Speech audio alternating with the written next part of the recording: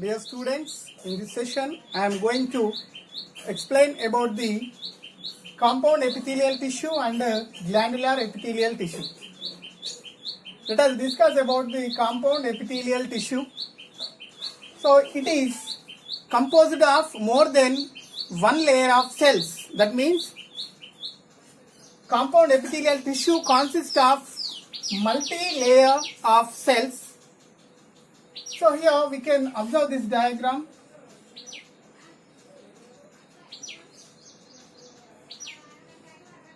So here number of layers are present in the compound epithelial tissue.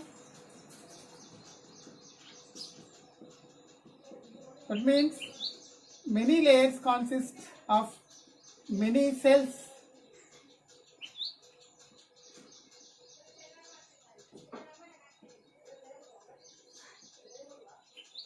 Right? So here it forms the dry skin surface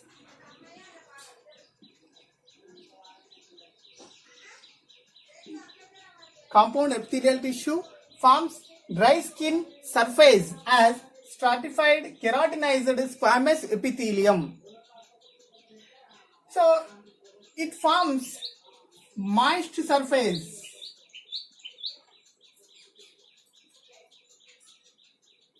It forms moist surface in buccal cavity,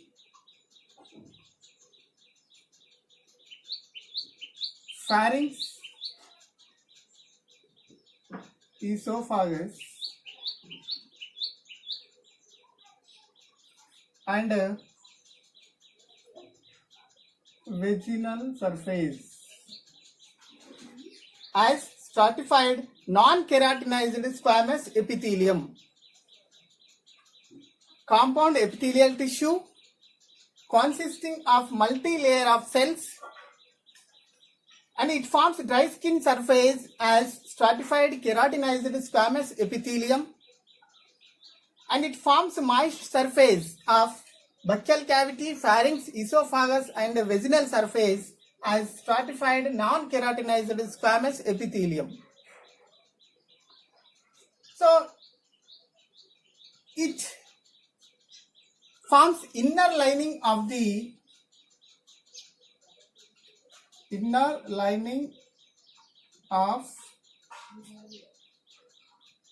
salivary glands, sweat glands and sebaceous glands. It forms inner lining of salivary glands, sweat glands and sebaceous glands as stratified cuboidal epithelium. So it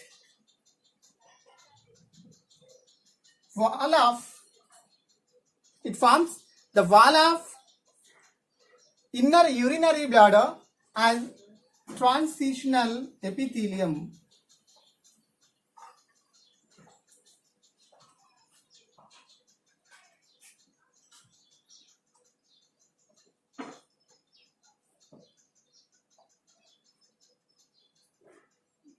It lining of the inner urinary bladder as transitional epithelium.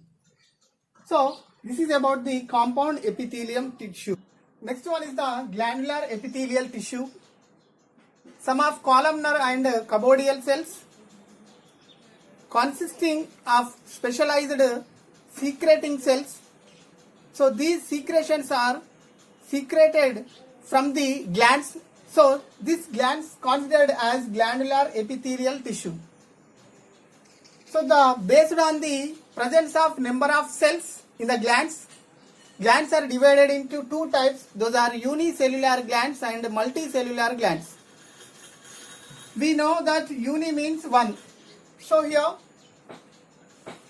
only single cell can secrete secretions from the glands. So those type of glands are called unicellular glands, such as goblet cells. Second one is the multicellular glands. So we can observe this diagram. So there are number of cells are present in the gland. That's why this type of glands are called multicellular glands. So here,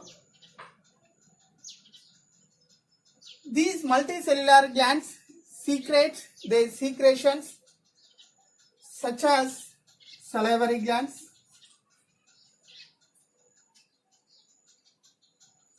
so these glands in the form of cluster cells.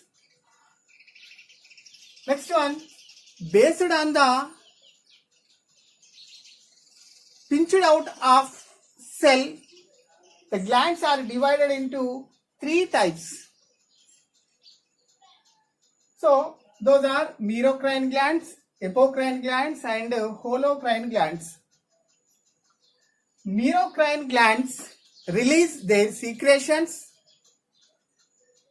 without loss of any cellular material. For example, pancreas, right? Which glands secrete their secretions without loss of cellular matter. So those type of glands are called merocrine glands. Example, pancreas. Next one is the apocrine glands. So here, which glands secrete their secretions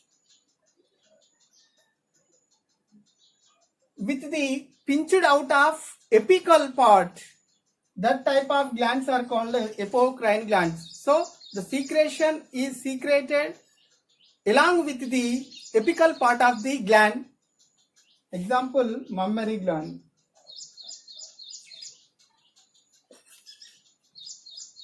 Third one is the holocrine gland. Holo means total. So here the releasing of secretions along with the degenerated of the whole part of the cell of gland is called holocrine gland. So example, sebaceous gland.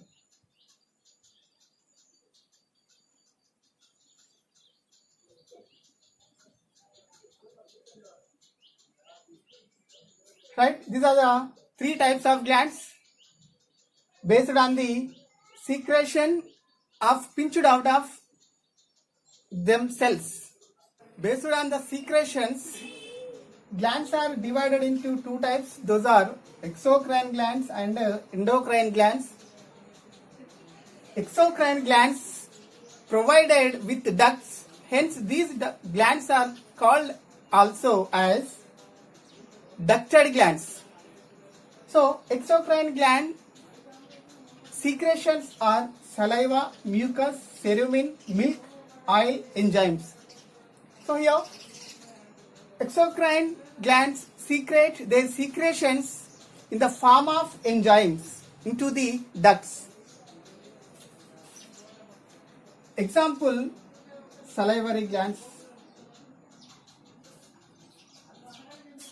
Second one is the endocrine glands. So here endocrine glands do not provided with duct, hence these glands are called as ductless glands. So endocrine glands secrete their secretions in the form of hormones. So endocrine glands secreted their secretions into the bloodstream because the absence of ducts. So example, pancreas, pituitary,